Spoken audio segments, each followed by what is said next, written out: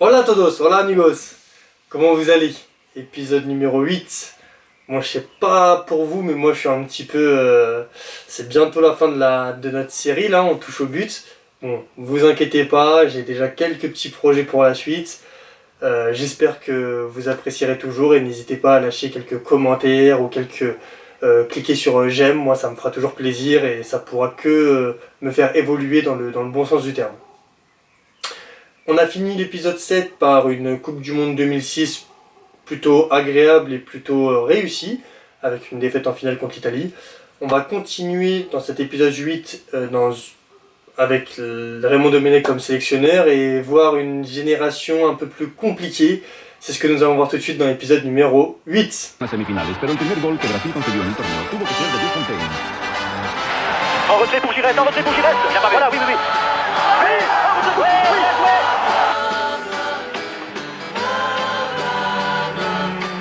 C'est potable, on retrait qui frappe, Au maximum, peut-être. C'est parti.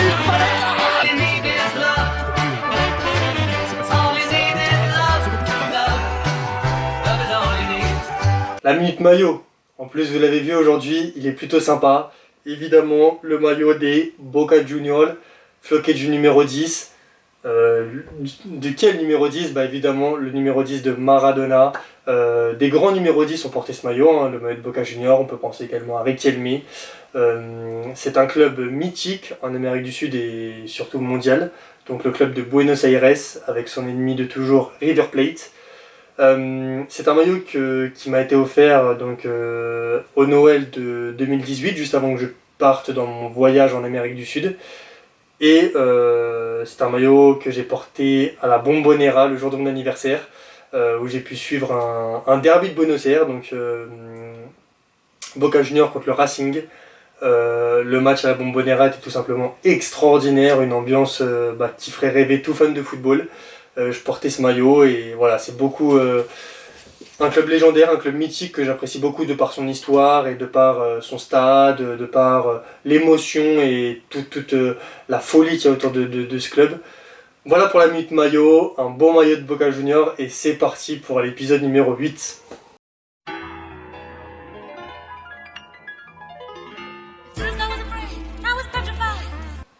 On a vu à la fin de l'épisode 7 que Zidane a repris pour la deuxième fois sa retraite internationale, mais ça sera la dernière, Makelele également, et Fabien Barthez. Donc c'est la fin d'une génération quand même qui a performé avec l'équipe de France et surtout des anciens, donc il faut installer une nouvelle génération.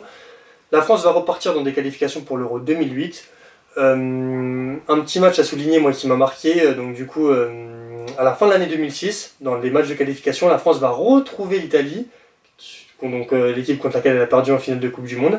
Et la France va s'imposer au Stade de France 3-1 avec un doublé de Sinegovu. J'espère que vous vous rappelez de deux super buts, une superbe reprise de volée. La France se venge dans cette revanche entre guillemets de la finale et victoire 3-1 avec 2 buts de Sinegovu. Mais la suite des qualifications ne va pas très bien se dérouler. D'ailleurs, la France finira que deuxième de son groupe. Terminer deuxième de ce groupe de qualification pour les championnats d'Europe, c'est pas une performance extraordinaire, mais ça passera pour l'Euro 2008. Cependant, la France va hériter d'un groupe plutôt compliqué, Pays-Bas, Roumanie, Italie. Surtout que la France va commencer par un match nul 0-0 contre la Roumanie, qui est censée être l'équipe la plus abordable du groupe. Donc c'est un mauvais résultat d'entrée, et la France va se manger une correction au deuxième match contre les Pays-Bas. 4-1, je pense que vous vous rappelez de ce match, les Pays-Bas étaient intouchables et la France ne pouvait rien faire dans ce match, on la sentait impuissante.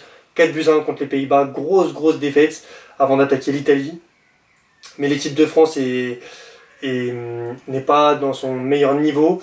On attend un exploit, mais on y croit à moitié. D'ailleurs, très vite, nos espoirs vont être refroidis, car Abidal va provoquer un penalty et un carton rouge.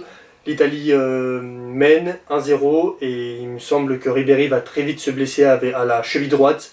La France va finalement perdre ce match 2-1 et donc ressort de cet Euro 2008 avec un bilan catastrophique d'un match nul contre la Roumanie et 2 défaites. Dur apprentissage pour cette nouvelle génération. Il faut absolument se relancer et on commence déjà les qualifications pour la Coupe du Monde 2020. La France hérite d'un groupe très abordable. Elle doit se qualifier à la première place vu l'adversité. Malheureusement, l'équipe de France va réaliser un parcours de qualification chaotique et va finir seulement deuxième de son groupe de qualification.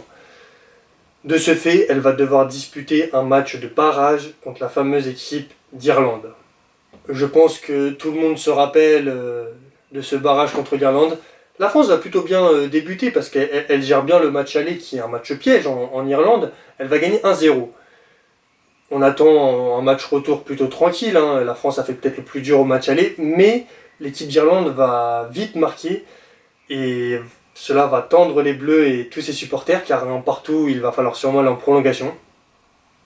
Heureusement ou malheureusement, chacun a son point de vue sur la question. En fin de match, sur un long ballon, sur un coup franc, Thierry Henry contrôle la balle, d'abord du genou, puis elle lui rebondit sur la main, qui sauve la balle d'aller en 6 mètres et donc du coup la remet en jeu. Thierry Henry va pouvoir centrer et Gallas marque de la tête. La France célèbre, tout le monde célèbre, sur le coup, peu de monde a vu la main, mais les Irlandais courent tout de suite vers l'arbitre et signalent qu'il y a une grave erreur et que Thierry Henry s'est emmené le ballon de la main. Effectivement, après quelques minutes, quand on revoit le replay, c'est indéniable, Thierry Henry a touché le ballon de la main, mais l'arbitre n'a rien vu. Et ses assistants non plus, et il n'y a pas la vidéo à cette époque. Un partout, la France va donc se qualifier, mais vous imaginez bien que la main va faire énormément parler. Les Irlandais vont tout de suite créer au scandale, ce qui est normal, et demander de rejouer ce match à la FIFA. La FIFA va refuser, c'est un peu trop compliqué. Cependant, l'opinion publique va s'abattre sur Thierry Henry et cette équipe de France. Elle estime que c'est un geste anti-sportif. Certains vont le défendre, Arsène Wenger, qui est son coach à Arsenal, mais d'autres vont complètement le mitrailler. Cantona va déclarer que c'est un geste inadmissible. En plus, Thierry Henry, à la fin, il y a des images comme quoi il va essayer de s'excuser, de soutenir les joueurs irlandais, mais ce geste est d'une cruauté, d'une grande cruauté. Donc Raymond Domenech prendra plus tard la défense de Thierry Henry, dira que dans certains pays considérés comme pays de football, la main de Maradona est considérée comme la main de Dieu, est considérée comme incroyable, et dans un pays comme la France, la main de Thierry Henry ça passe pas du tout, c'est un geste anti-sportif, même des ministres créeront un scandale, c'est toute la différence entre différents pays et différentes cultures. On apprendra également que la FIFA va essayer quand même de faire taire cette polémique autour de l'équipe d'Irlande et de ne pas refaire le match. On apprendra plus tard que la FIFA va quand même verser 5 millions d'euros, je ne sais pas si vous le savez, à la Fédération irlandaise de football. Peut-être par compensation, on ne le saura jamais, mais voilà un petit peu toute la polémique autour de ce barrage. Quoi qu'il arrive, la France est qualifiée pour la Coupe du Monde 2010 par la petite porte. La Coupe du Monde 2010 se déroule en Afrique du Sud et je me rappelle, petite anecdote, le jour du tirage, j'étais allé courir pour le marathon et j'avais dans mes oreilles, du coup, je suivais le tirage à la radio sur RMC, une radio qui diffuse pas mal de football. Et je me rappelle que la France n'était pas dans un gros chapeau et donc sa seule chance d'obtenir un bon groupe était de tirer le pays organisateur qui était l'Afrique du Sud. On retiendra la phrase mythique de Gilbert Brébois là, qui à la fin du tirage dira le jackpot messieurs dames, le jackpot. C'est vrai que la France tire un groupe inespéré dans la position dans laquelle elle est.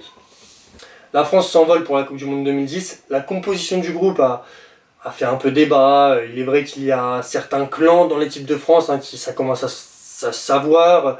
Certains sont également envieux ou alors n'apprécient pas que la nouvelle coqueluche de l'équipe de France, Yoann Gourcuff, soit trop mis en avant par rapport à d'autres joueurs. Certains joueurs sont un petit peu en fin de carrière. Thierry Henry a convaincu le sélectionneur mais va revenir et ne sera sûrement pas titulaire. Anelka joue seul en neuf, mais est-ce que c'est son meilleur poste ou est-ce qu'il ne faut pas l'épauler? La défense, c'est quand même, on la bricole de temps en temps, c'est quand même très compliqué. On sent que l'équipe de France arrive en 2010 à cette Coupe du Monde avec peu de certitudes. Et malheureusement, ces quelques certitudes vont se transformer en un véritable fiasco. La France va rentrer dans cette Coupe du Monde avec un match nul 0-0 contre l'Uruguay. La France attend donc une réaction de son équipe contre le Mexique lors de ce deuxième match, mais la France va perdre 2-0. Et ce qui va choquer notamment, c'est que la France rentre au vestiaire et revient, et on sent qu'il s'est passé quelque chose sur le visage des joueurs, on sent qu'il s'est peut-être passé quelque chose. Anelka va vite sortir, Et on ne sait pas pourquoi, mais on sent une atmosphère à la fin de cette défaite contre le Mexique qui met la France dans une position très délicate et qui l'oblige à faire un gros résultat contre l'Afrique du Sud. On sent qu'il s'est passé quelque chose au sein du vestiaire ou dans cette équipe.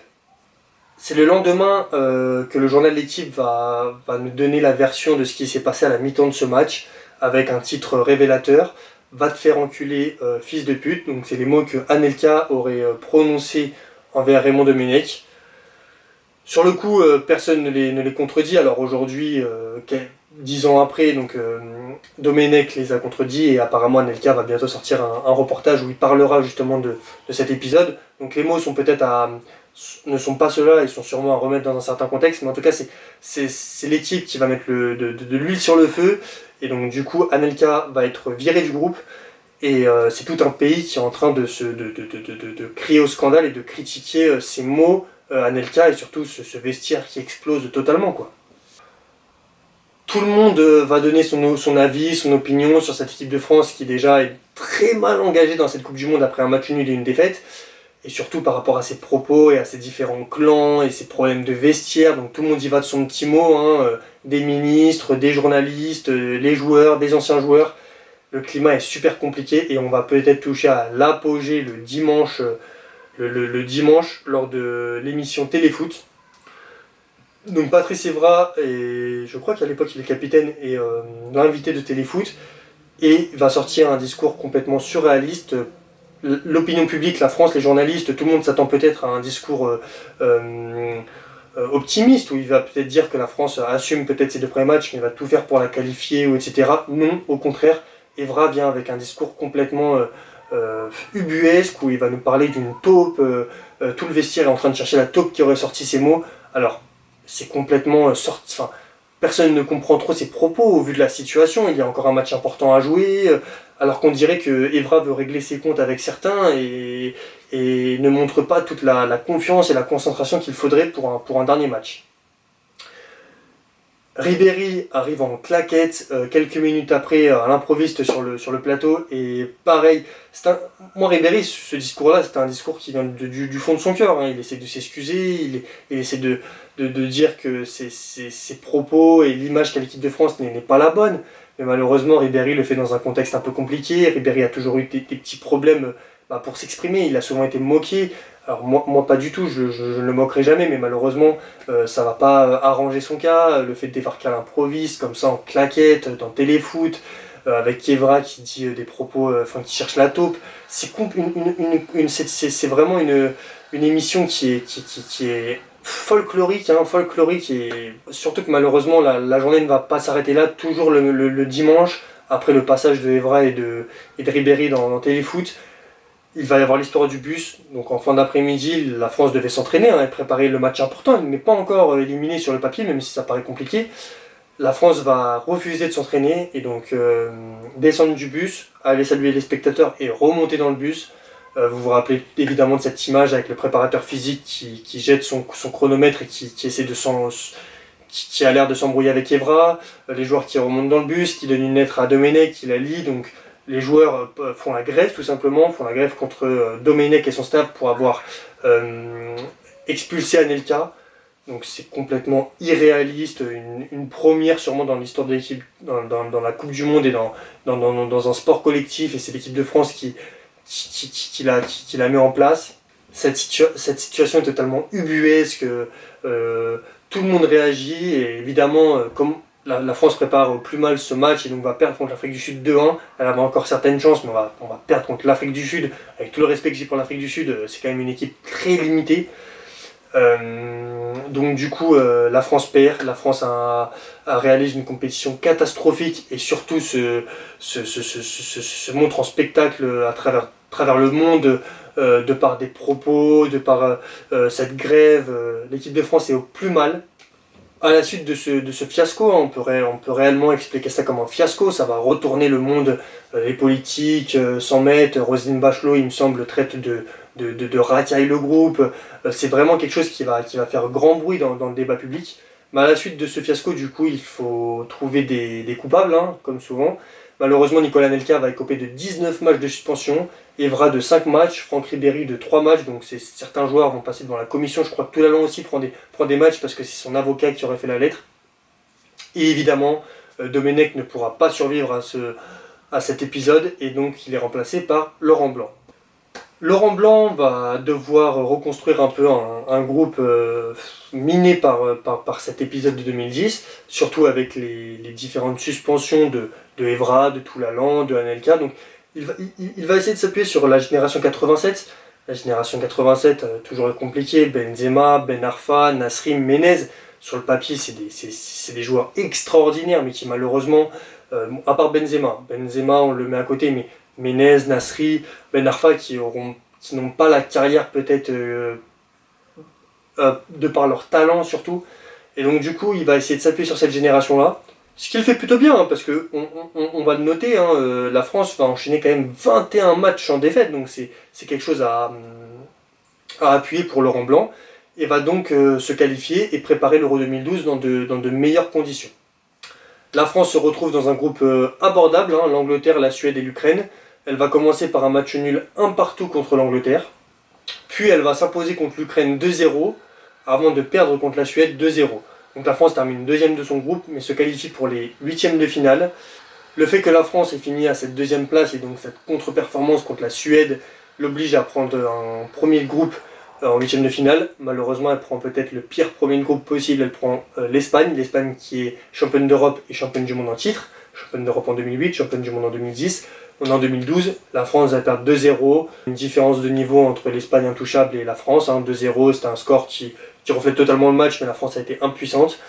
La France est éliminée en huitième de finale. C'est encore une compétition très moyenne. On n'a pas senti des joueurs forcément liés. Il faut se souvenir aussi que lors de cette compétition, Nasri, qui avait été pas mal critiqué par les journalistes, etc., fera après un but ce fameux signe. Et donc encore une fois, ça arrange pas l'image de cette équipe de France qui doit entre guillemets se racheter. Et donc du coup, ce qui ressortira de cette compétition, c'est encore toujours les problèmes de vestiaire, le comportement des joueurs. Donc encore une compétition pas facile. C'est la fin de cet épisode numéro 8. Comme vous l'avez vu, l'après 2006 est très compliqué. La France enchaîne des compétitions. Donc 2008, 2010, 2012, c'est peut-être sûrement la pire période de l'équipe de France. Non, autant elle se qualifie pour les compétitions, mais dans les compétitions, elle est vraiment très moyenne, voire catastrophique, voire fait un grand fiasco en 2010, le fiasco qui marquera cette histoire de l'équipe de France. Donc dure période pour Laurent Blanc. On va terminer la vidéo et l'épisode là-dessus. La France doit encore une fois reconstruire. Laurent Blanc a essayé de mettre les premières pierres mais n'a pas forcément réussi. On va voir comment va se dérouler la suite. En tout cas, c'est la fin de l'épisode 8. J'espère que vous appréciez toujours le déroulement de l'histoire de l'équipe de France. Et on se retrouve pour l'épisode 9 très vite. A bientôt!